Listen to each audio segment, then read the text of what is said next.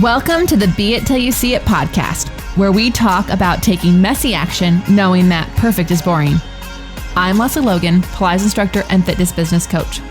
I've trained thousands of people around the world, and the number one thing I see stopping people from achieving anything is self-doubt.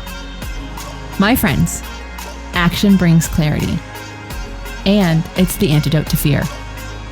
Each week, my guests will bring bold, executable, intrinsic, and targeted steps that you can use to put yourself first and be it till you see it.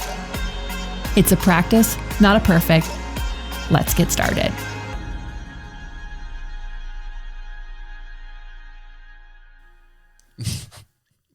Welcome back to the Be It Till You See It interview recap, where my co-host in life, Brad, and I are going to dig into the nomadic combo I had with Rolf Potts in our last episode. If you haven't yet listened to that episode, go feel free. You should feel free. Go free. You should feel like you could go freely to listen to that episode and then come back and join us for this one. All I know is that Brad listened to it. He's like, I think Rolf and I should be friends. Yeah. Rolf and I obviously travel similarly, and I loved it. I was like, I can't wait to read his book now. I'm not going to lie. Oh, you should. We have it. I know. I saw it on the counter. You can read it. You can read a page a day. You don't have to read the whole thing. Oh, no. I want to read his first book. Oh, okay. I want to read his original. This one's called The Vagabond's Way. The new one? Yeah. The new one is The Vagabond's Way, and that's like 366 quotes and advice and stuff like that. No, I'm interested in reading the first one he published about his stories through Myanmar and stuff like that. Oh, well, then you should get that before we go. Well, I mean, everyone, you're listening to this after we've come back from the trip, but Brad, you should get it before we leave. Yeah. Since we're recording this before we go, which, speaking of, we in real time literally just got back. By the time you listen to this, in your real time of yours, listening to this episode, we'll have just gotten back from Cambodia. Yeah. And you can get yourself on the wait list for the next one because you've had so much FOMO. Oh, you don't know. You don't even know. This was our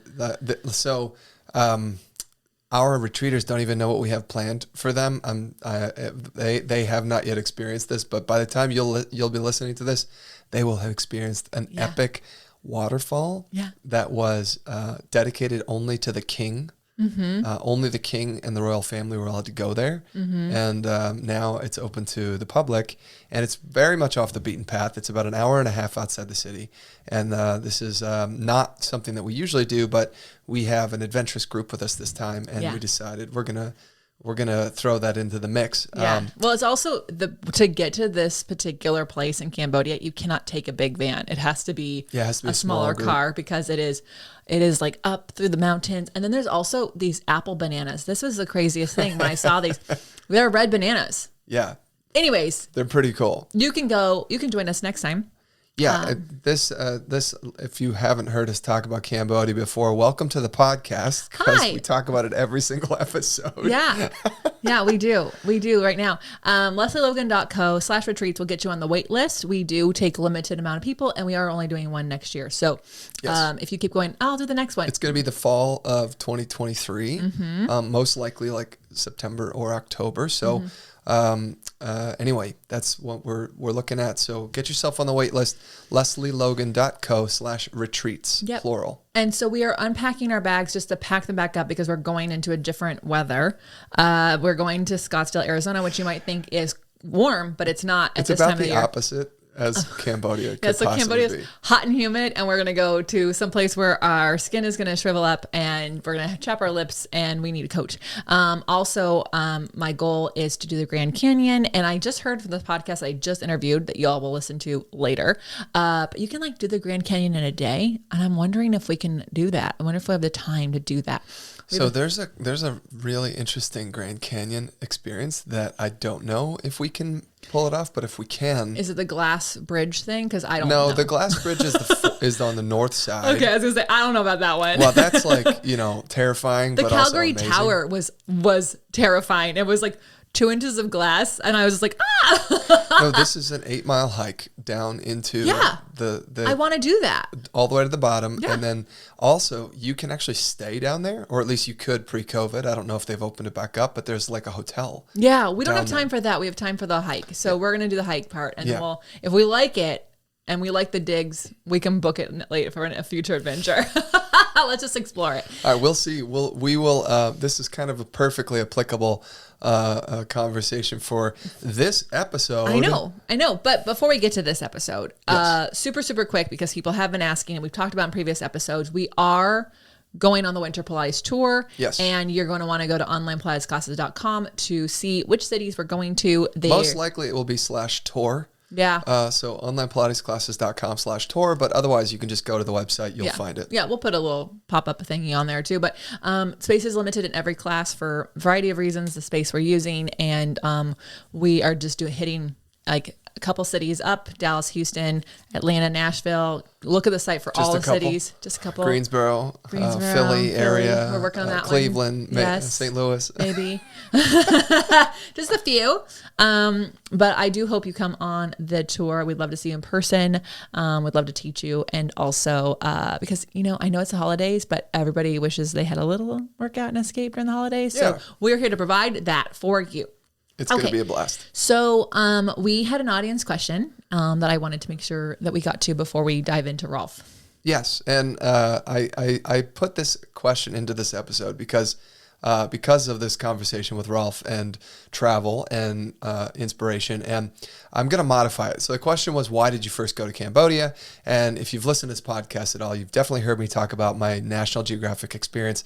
In fact, Lesley briefly mentioned it during the interview, but what I wanted to actually talk about instead was the mentality that I had of wanting to go versus finally going. And so when I first, you've heard me talk about Nat Geo, I was 12. I saw this amazing spread on Cambodia. I said, this is the Jungle Book in real life. I have to go there. And I was 12. But I didn't go to Cambodia until I was in my 30s, right? And for me, I lived in Boston. I was a college student. I was working, hourly jobs. I was doing all that stuff. And I just, the way I perceived travel, the way I perceived, especially Cambodia, it just seemed like I might as well have been trying to go to another planet. And that's just how I was like, I will go there one day, someday, eventually I'll get there. But I never actually made it a priority until when you asked me, where are we going on our honeymoon? I was like, oh, this is it. I finally can do this. We're going to go do this. And that was when the decision was made to go. And that's when we actually started to plan it. And the thing that was hilarious to me was it was the first time I ever actually looked into going. I always wanted to go, but I never looked into going. And when we were looking at our plane tickets, it was cheaper to go to Cambodia than it was to fly to my parents' house for fucking Christmas. I know. That really, that's why we stopped flying. I was like, I'm not flying to your parents. We'll drive. But that was the crazy thing, was I could not believe how accessible it actually was. Well, and I think, and we can talk about it, as we get into Rolf's episode as well, but I too, because I grew up not traveling, and I grew up always thinking travel is expensive, and hearing people say we saved up for, like, we do a trip every other year or whatever. So I just thought that travel was hard, travel is expensive, travel is things that people could do. And someday, and you said that, the word someday, right. that word and just need to get out of the English language, because it should be, I'm going there. Yes. I'm going there. Yeah. And when people say when, you can say, I'm working on that. I'm going to get back to you. You don't have to but I think it's so easy to make someday never. Yeah. And you just said it. You didn't even look to see how much it would cost. I never actually looked into it. What a great inserted be it action item. Just look at. Great question. Just look at just the place that you want to go or the thing you want to do. What if you just looked it up to see what it was so you could actually wrap your head around it. Yeah. Because maybe it isn't accessible tomorrow, but maybe it could be in 6 months. Mm-hmm.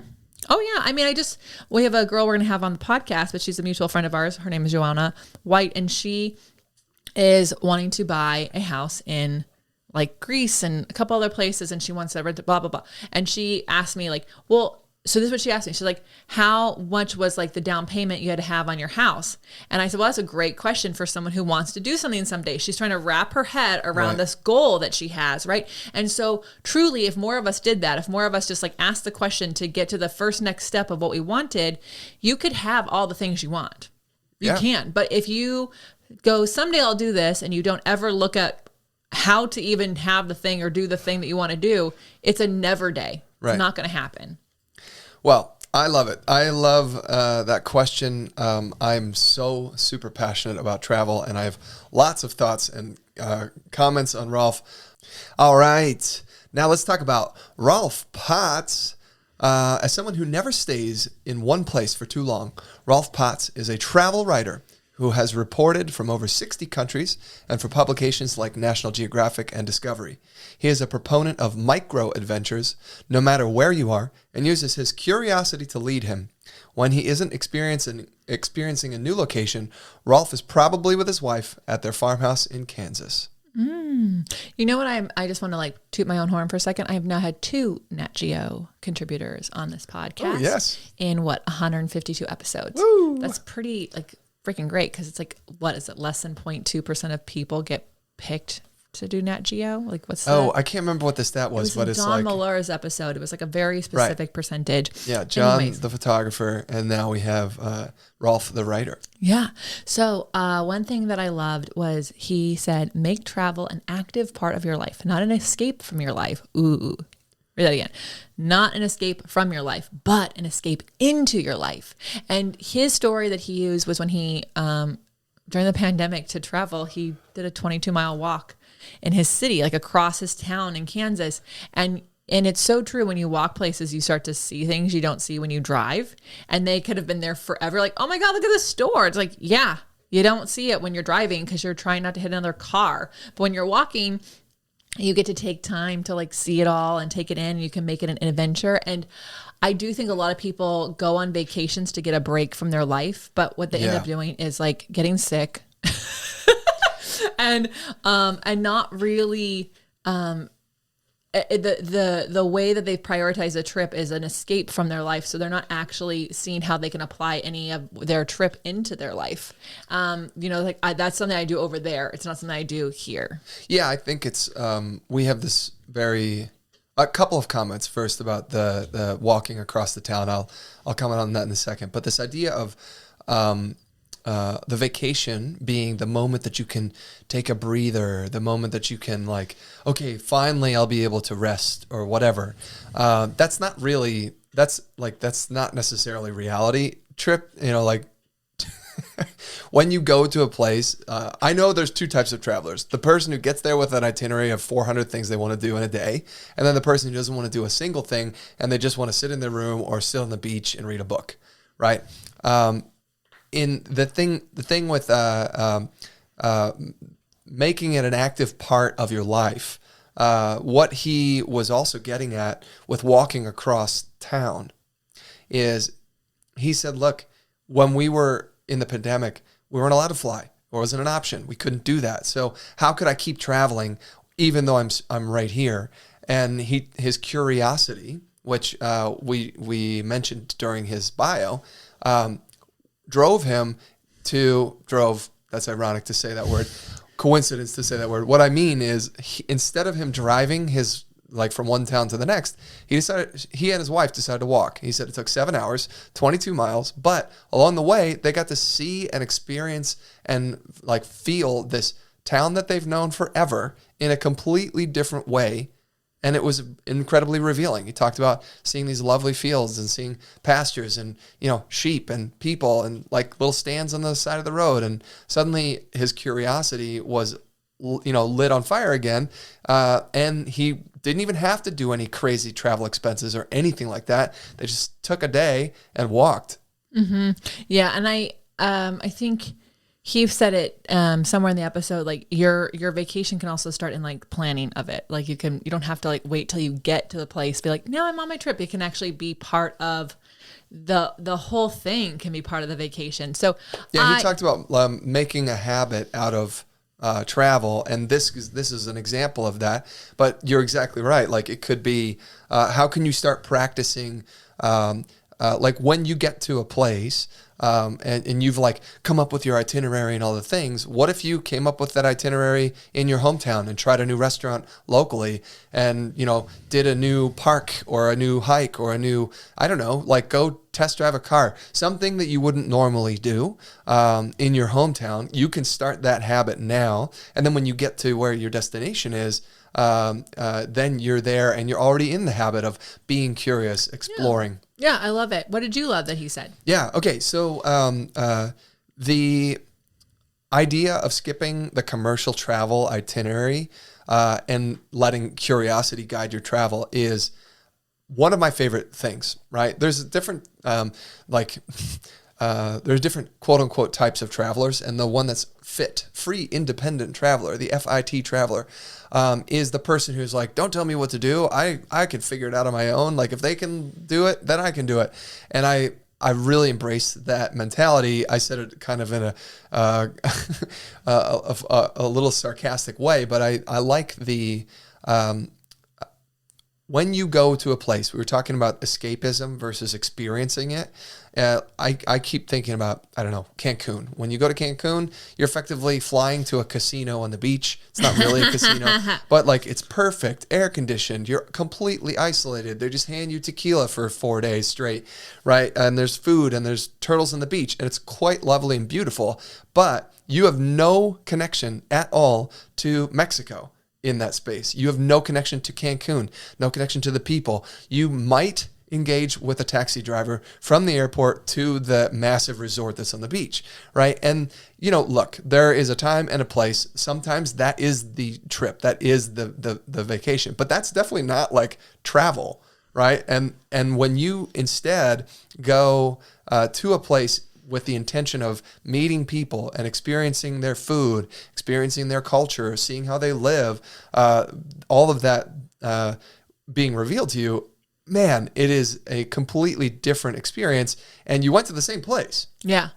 Well, and I think, some people, that kind of itinerary and those kind of things make an area feel safe. And the irony is a lot of the stuff that happens to people happens in the tourist area.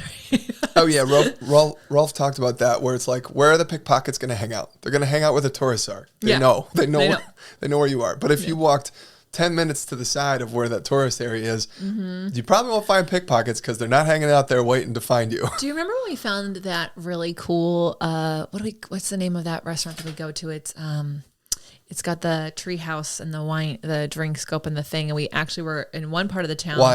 Wild, yes. So we were in one. This is in Siem Reap. We're in this interesting part. It wasn't Wapo, but it's a neighborhood near Wapo, and we just got like our a massage and went to a really sweet restaurant locally. Like just they're trying to teach people how to make Cambodian food. It was a really sweet place to eat, and we're walking.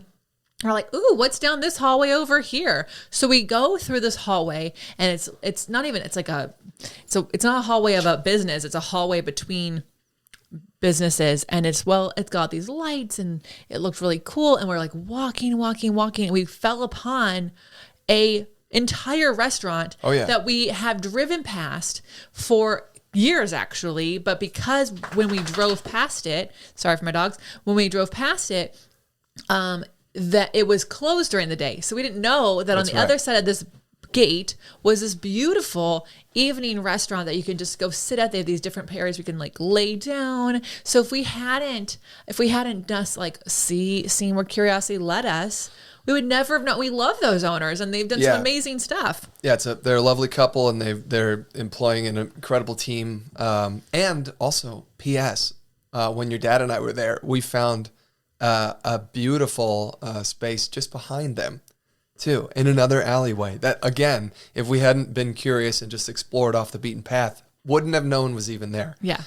So anyway, the idea of skipping the commercial travel, I'm not saying like maybe stay in the hotel. That's fine, especially if you are concerned about safety. But the truth is that you will, as long as you aren't like getting drunk and stumbling through the streets, just like in the United States, like you could get in trouble there too. Yeah. Not necessarily with the law, but like someone could come along and take advantage of you because you don't have it together. If you've got your mind together, you're probably going to be just fine. Don't do stupid things. Don't get into a fight with people. Don't be drunk and running around. And wherever it is that you're exploring, chances are high that you're going to be just fine, especially when you're off the beaten path, because really they're just as curious about you as you are about them. Yeah. And I know you told the story about me with the ceremony, lifting the bowls. I love that story so much. It was so funny, but I remember the first time that we went, like it was so incredible because they were just as excited that we were there as we were excited to be there, and that actually felt very warming to me. And I wrote down something that Rolf said. He said, "This holds true from Kansas to the other side of the world. If you take an interest in people, people will be flattered that you're taking an interest in them." It's true. Yeah, we've talked about that before. Like, if you want people to be interested in you, be interested in them. And like, it's kind of in Dr. Bender's episode, she talked about that. So, we could talk about travel and Rolf all the time. So, well, I have one more thing I want to say. Oh, I have one more thing. This is something that has. This is very much a passion. It's a belief of mine, actually. I am convinced with every fiber of my being, with all of the experience that I've personally had traveling, that getting out into the world, traveling, is the best possible thing that you can do to broaden your perspective about life, about people, about places. Travel removes fear. It creates empathy. It creates curiosity. It creates connection. It's the best gift that you can give to yourself. It's the best gift that you can give to your family, your kids. When you travel, it will completely hijack the way that you were originally thinking. It will allow you to see people are people everywhere. Even though they do things differently than you do them or we do them, you get there and see, well, I guess they've been doing it like this forever. So there's got to be something to that as well, even if it's not how I do things. And it has just changed the way that I see the world. Yeah, I agree.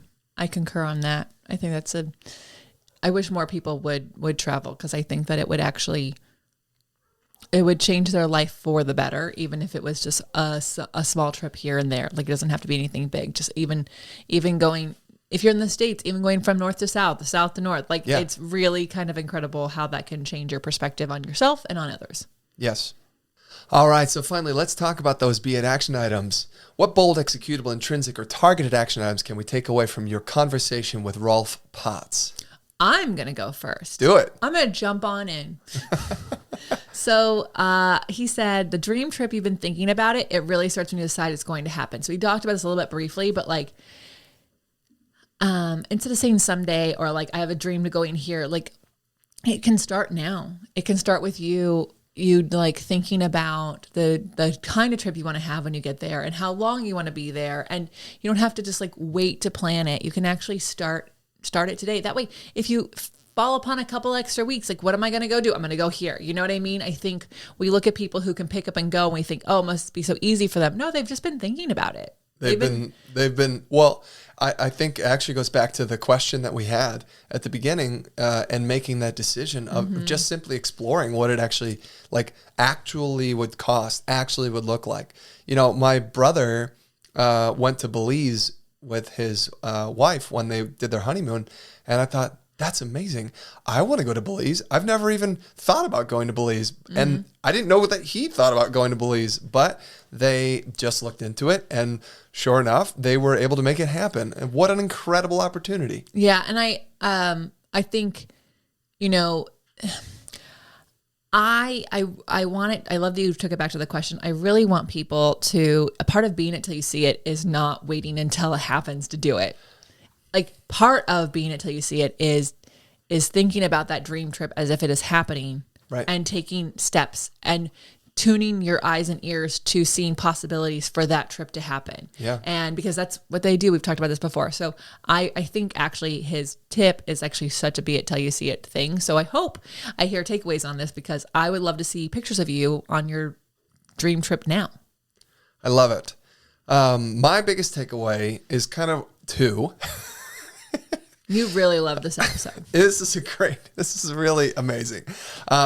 Give yourself permission, okay? And then slow down and enjoy the experience, okay? So with the permission, regardless of how, I think especially I was talking about those two different mindsets of travel. You either have like 800 things you need to do, or you're like, I don't want to do anything, leave me alone. Give yourself permission for your trip to change. Okay? For you not to do 800 things, for you not to just sit alone by yourself. What if it did, something cool could come along, or you meet another guest and they say, hey, we're going to go have dinner down there along the beach. Do you want to come with us? Or, hey, we're going to walk across town. Just something fun to explore. I love this. I actually went to a soccer game. I don't like soccer, but I went in Brazil because they're so big on soccer. So I went to one of their professional things, and I was in this, it was a tour group that was put together, but I met this couple and I said, oh, what are you guys doing for dinner tonight? And they said, oh, we're going to go to one of those places where they serve food and there's music. They have a bossa nova. And I said, oh, okay, I'll meet you. So I ended up I took one planned thing and I allowed it to create curiosity on the rest of the trip. And it was so much fun to do it that way. I would never have taken myself to that bossa nova. And then I would have missed out on all the things that I learned there. So, I do think it's important to do that. And we have done this. Remember when we found that farm that had the bison, we had found the bison stuff and we got some meats because we're just driving. We're like, oh, what's this over here? Let's take a pause on this drive and go do that. And we found this coffee shop. Where were we? It was in Colorado. Oh. I was in Cambodia in my head. And we found this coffee shop. And then you guys, here's what's so crazy. 2 years later, we're on this drive. And we left Mesa Verde. I was like, I just need coffee. And we were driving. I'm like, oh, I saw the meat place signs. And I was like, there's a coffee shop nearby. And he's like, there is. I'm like, we are next to it. It's right over here. Yeah. Yeah. Also, too, I think that we become, we become trapped by our preconceived notion of of what our experience is supposed to be. Okay, and very short story, but my brother and I got lost in Maui. Oh yeah, it's not that short, but you can No, tell. I'm not going to tell the whole thing, but short story. We were in a national park and we stepped off the path and we got lost in the jungle. And 5 hours later, we find our way back. Now, there's a lot of fear there for me and my brother, also from my parents and my family, right? But some of the people in my family were so angry at us because we made them miss another waterfall that was on the checklist of the itinerary on the fucking trip. And I was like, okay, I'm alive. I'm glad I'm alive. B, definitely made a mistake. Didn't mean to do that. But really, a waterfall? That you're angry because we missed a waterfall? I get it. I want to see this stuff too. But what if instead the trip had changed and something else really amazing happened, right? And I think that, we allow ourselves to get bent out of shape in that kind of a moment, and instead of experiencing where we're at and being present and enjoying what's in front of us, we're like, damn it, I didn't get to this thing that was on my list. I missed this specific restaurant, whatever. And, that's do you know how many times we've flip that on its head? Be there. Japan, we've had amazing trips both times. We still haven't been to the damn fish market. And we haven't been to the fish market, nor have we been to the one sushi guy. And we keep trying. Yeah. But what we have never said is, damn, we didn't go to the fish market. That was a great trip. I guess I'll just go home now. I guess we'll just go home. It's well, what are we going to do instead? Yeah, we did. We found we did some really amazing cool stuff. We found that one amazing shopping area with great restaurants. Oh, yeah. We found the cherry blossoms there. Yes, and we did. We would have missed that. And we found a little hole-in-the-wall sushi bar next to the fishing market. Mm-hmm. That guy was great. Yeah. Yeah. And we would never, and he had so much fun hearing about us and sharing about his restaurant and his family. And we would not have gotten that at the fish market. No. So anyways, y'all get Rolf's book. If you have not experienced travel like this, if you're like, this all sounds too foreign to me, good. Go get his book. Read a page a day. If you want to be like Brad and start a book, Brad can start a book club around the first book if you want. Oh, geez. I know. He's like, no, don't do that. I'm already doing the Pomodoro method from last week.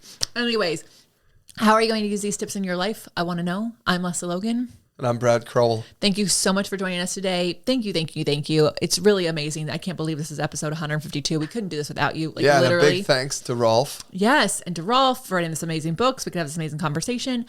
Make sure that you DM your questions and your bold moments to the Be It Pod on Instagram.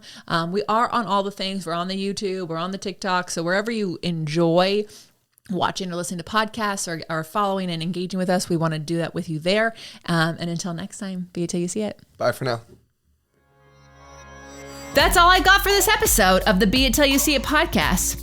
One thing that would help both myself and future listeners is for you to rate the show and leave a review. And follow or subscribe for free wherever you listen to your podcast. Also, make sure to introduce yourself over at the Be It Pod on Instagram. I would love to know more about you. Share this episode with whoever you think needs to hear it. Help us and others be it till you see it.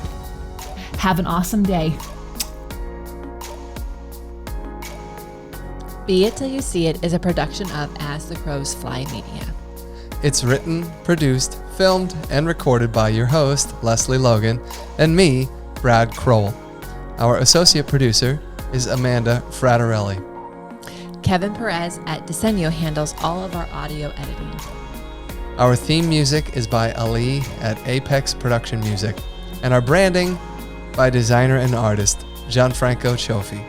Special thanks to our designer Jairo Mandal for creating all of our visuals, which you can't see because this is a podcast, and our digital producer Jay Pedroso for editing all the video each week so you can. And to Angelina Herrico for transcribing each of our episodes so you can find them on our website. And finally, to Meredith Crowell for keeping us all on point and on time.